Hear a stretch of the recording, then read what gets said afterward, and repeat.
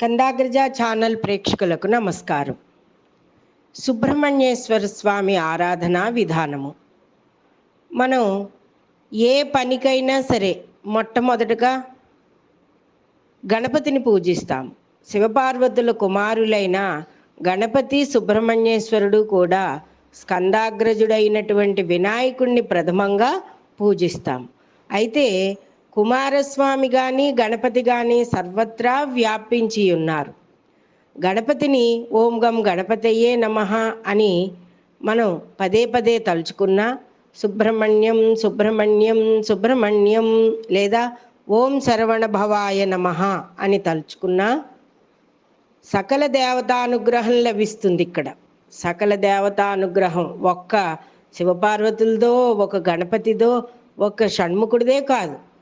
అలాంటిది ఈ వైశాఖ మాసంలో కానీ చైత్రమాసంలో వసంత ఋతువు సమయంలో గనక సుబ్రహ్మణ్యేశ్వర ఆరాధన చాలా విశేషంగా చెప్పబడింది.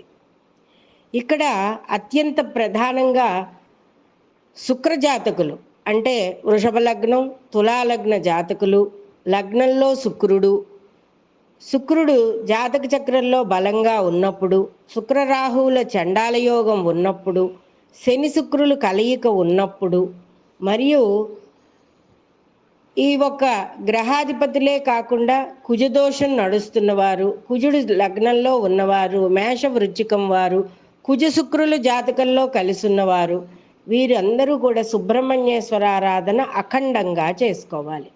రుణ విమోచనము అంటే ధనం అప్పు త్వరలో తీరడానికి, మనం ఏదైనా గృహాలవి కట్టుకునేటప్పుడు లేకపోతే ముఖ్యమైన పనుల మీద లోన్కి అప్లై చేసినప్పుడు తొందరగా రావడానికి కూడా సుబ్రహ్మణ్యేశ్వర ఆరాధన చేస్తాం. వీటన్నింటికన్నా ముందు సుబ్రహ్మణ్యేశ్వరుని వివాహం తొందరగా అవ్వాలి అంటే యువకులకి, అలాగే సంతానం తొందరగా కలగాలంటే కూడా సుబ్రహ్మణ్యేశ్వర ఆరాధన చేస్తాం. ఇంకా ముఖ్యమైనది తెలుసా అండి, ఎప్పుడూ కూడా ఏ రకమైన చర్మ వ్యాధి మనిషికి వ్యాపించినా అది తొందరగా నయమవ్వడానికి, మర్మావయవ సంబంధ ఇబ్బందులు ఆరోగ్యపరంగా వస్తే తొలగడానికి కూడా ఈ సుబ్రహ్మణ్యేశ్వర ఆరాధన చేస్తాం. అంతేకాదు పిచ్చి, ఉన్మాదము, మూర్ఛ, ఆత్మన్యూన్యతాభావము ఎవరైనా వ్యక్తికి గనక ఉంటే ఆ వ్యక్తి ప్రతి ఆదివారము కూడా సుబ్రహ్మణ్యేశ్వర స్వామికి అభిషేకం చేయించుకుని, ఆ అభిషేకముతో పాటుగా మనకి రావి చెట్టు కింద దేవాలయాల్లో నాగేంద్రులు ఉంటారు, కళ్యాణ సర్పాలు అంటారు. రెండు జంటగా ఉంటాయి, సింగిల్గా ఉన్నా కూడా సర్పము. ఆ ఏక సర్పానికి కానీ కళ్యాణ సర్పాలకు కానీ పాలు పోసి, ఇన్ని ఆదివారాలని మీరు పెట్టుకుని పాలు పోసి ఆ ఆదివారాలు నియమంగా చక్కగా సూర్యోపాసనతో పాటు ఈ సుబ్రహ్మణ్యేశ్వర ఆరాధన చేసినట్లయితే చాలా చక్కటి శుభ ఫలితాలు ఉంటాయి. దాంతోపాటుగా ప్రతి ఆదివారము కూడా నేను ఇప్పుడు చెప్పబోయే సుబ్రహ్మణ్య భుజంగ స్తోత్రము మన ఆదిశంకరాచార్యులు వారు మనకు అందించారు. ఈ సుబ్రహ్మణ్య భుజంగ స్తోత్రాన్ని ఒక్కొక్క శ్లోకము కూడా చక్కగా చదివి స్వామికి తగు నివేదన చేసి పానకం, ప్రత్యేకం పానకం లేదా చిమ్మిలి లేదా పాలు బెల్లం ముక్క నివేదన చేసి స్వీకరించినట్లయితే ఒక్కొక్క శ్లోకాన్ని 11 సార్లు పారాయణ చేస్తే 33 శ్లోకాలు గల ఈ సుబ్రహ్మణ్య భుజంగ స్తోత్రము అత్యంత విశేషమైనది. దానితో పాటుగా ఎవరైనా సరే సంపూర్ణ ఆరోగ్యం లేనివారు ఎవరైనా సరే, అనారోగ్యం ఉన్నవారు కానీ, బాలారిష్ట దోషాలు ఉన్నప్పుడు అంటే పిల్లలకి తరచుగా జబ్బులు పాలవుతున్నప్పుడు, చర్మ వ్యాధులు ఉన్నవారు చేతిలో రాళ్ల ఉప్పు తీసుకుని దాంట్లో 4 మిరియాలు, 5 మిరియాలు, 6 మిరియాలు కలిపి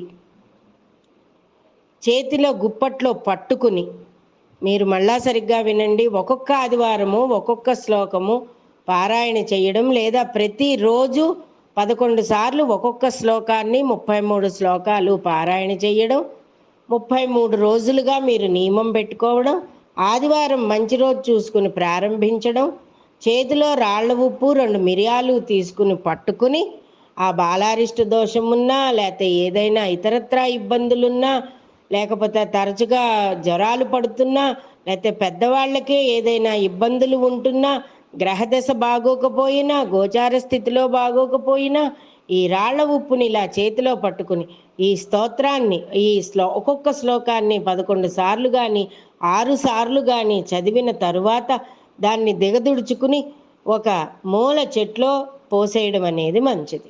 సాధారణంగా ఈ రాళ్ల ఉప్పుని మీరు గమనిస్తే సుబ్రహ్మణ్య దేవాలయాల్లో పోస్తూ ఉంటారు. ఇలాగ గనక చేసినట్లయితే మీకు తప్పకుండా సుబ్రహ్మణ్యేశ్వర అనుగ్రహం కలుగుతుంది.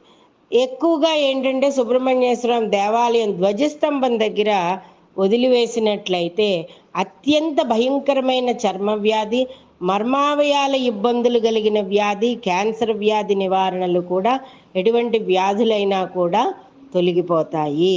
కానీ రోజు ధ్వజస్తంభం దగ్గర పోస్తే అన్ని దేవాలయాల వాళ్ళు ఒప్పుకోరు.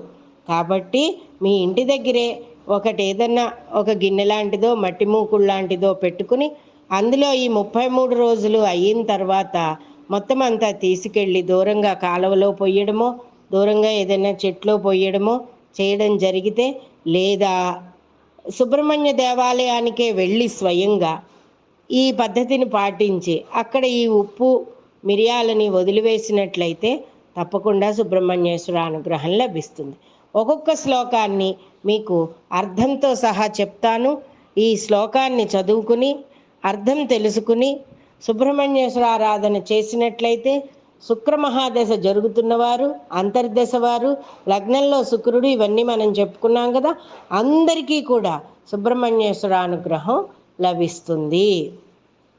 అందరూ కూడా దానితో పాటుగా సుబ్రహ్మణ్యేశ్వర నామమైనటువంటి ఓం శరవణ భవాయ నమః తరచుగా ఇది మనసులో ఈ మంత్రాన్ని మననం చేసుకుంటున్నట్లయితే, అంటే చాంటింగ్ చేసుకుంటున్నట్లయితే గనక సుబ్రహ్మణ్యేశ్వర అనుగ్రహం కలుగుతుంది.